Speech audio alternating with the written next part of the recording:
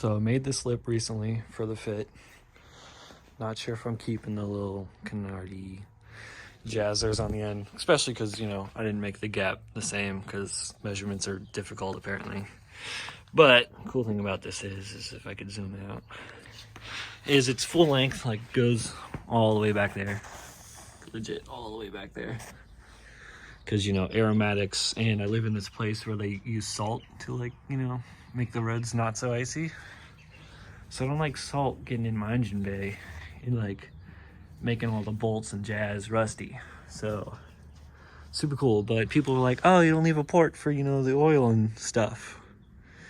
But I'll show you how to get this off in like 5 minutes. Super easy. So next step, super easy. Put a bunch of these on there. They're just quarter turn fender washers. So what, 5 of them on here. So what I use is this paddle bit.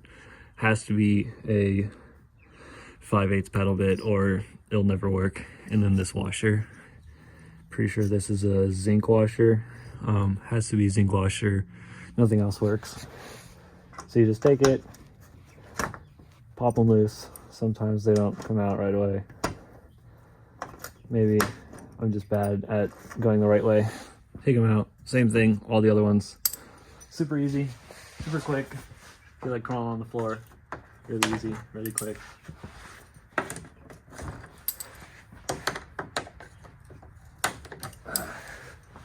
So yeah, that's that. I'm crawling away like an animal. So the quarter turn Johnny's just for front of the lip.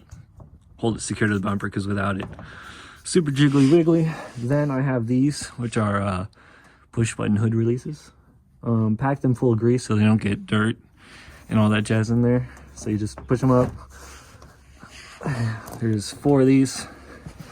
2 on the side, 2 on that side. Then I got, if I can do improv camera work, I got 4 more, well, I got 8 of these Johnnies.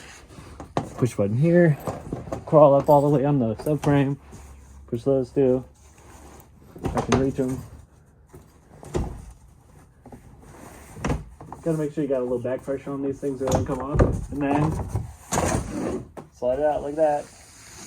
And now your full length splitter is reduced to some floor trash. So these ones by the wheels really like to get all crusty dusty, filled with gunk and junk.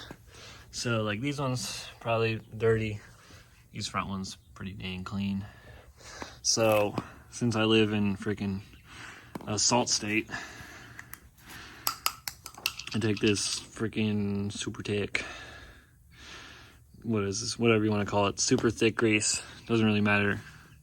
Take some of this. I only do this so that you know, all this dirt, gunk, salt, debris doesn't get in here. So I just like to take this grease, pack it in here real good. It's like packing a bearing, but it's not a bearing. You do this, do it for the other side. And you just want to pack this full so that spring in there doesn't rust, so those bearings in there don't rust, just so you can take this off if you live in a wonderful state that uses salt. Pack these full, wipe the excess on your jeans. Should check under here. You can't really see it, but there's some grease poking out the other side.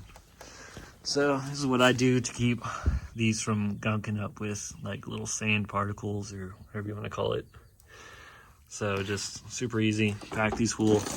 This one you can see a little bit better. Has grease coming out the other side. So yeah.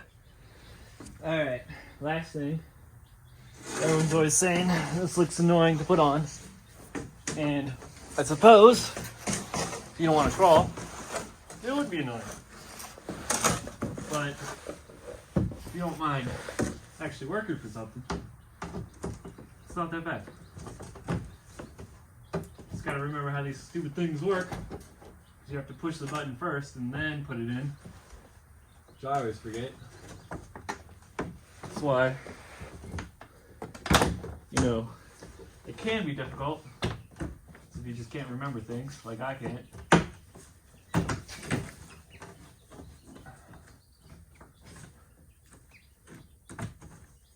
I can't remember how to work these things. There we go. This one would freaking work. There we go.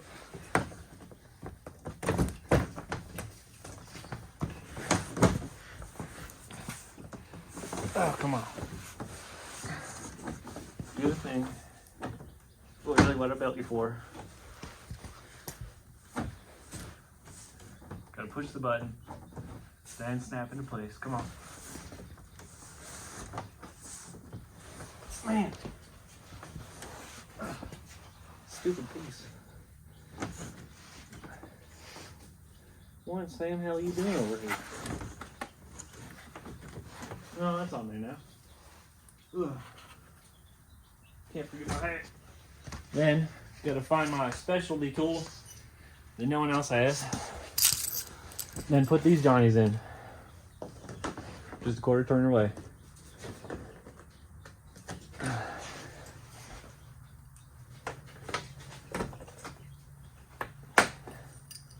Oop, almost lost my specialty tool.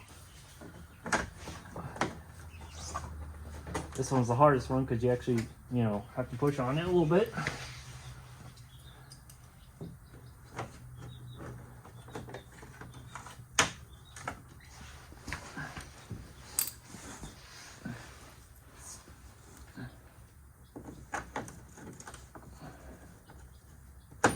Oh man, holy crap. Things didn't happen the first try. Oh, astounding. There we go. Then you check it's on there. And then you release the jack. Bam. Then I always do the little test. Make sure everything's freaking sturdy. Not coming off. And then bam, look at this. You have an engine bay that you can't see the ground in. And I don't know what you want to call it, but there's my lip / under tray / whatever the heck. Oh, all right, last thing. Just so I can diffuse some questions about this. No, don't have a diffuser.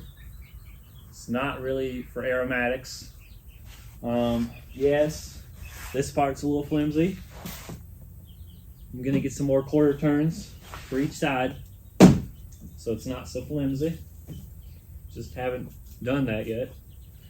Yes, I know that if your splitter / aromatics has an upward angle, you're creating lift, but my car doesn't go 150 miles an hour. And I know aerodynamics happen at 65 and above. But let's say at my test track in Mexico, 110, this thing maxed out, no lift. And other than that, I think it looks great. Maybe a little too thick on the lip. Definitely cut these down. I don't know yet. We'll figure that one out. But hey, 3 more miles to the gallon for putting this thing on. I don't know, I'll take it. It might be because I changed gas, because I went from 88 to 87. But I'm just gonna call it a win, because now I don't get salt invading my area, and my cold air intake is protected. So I don't know. Can't think of any other questions to diffuse before I end this. So I guess that's a wrap.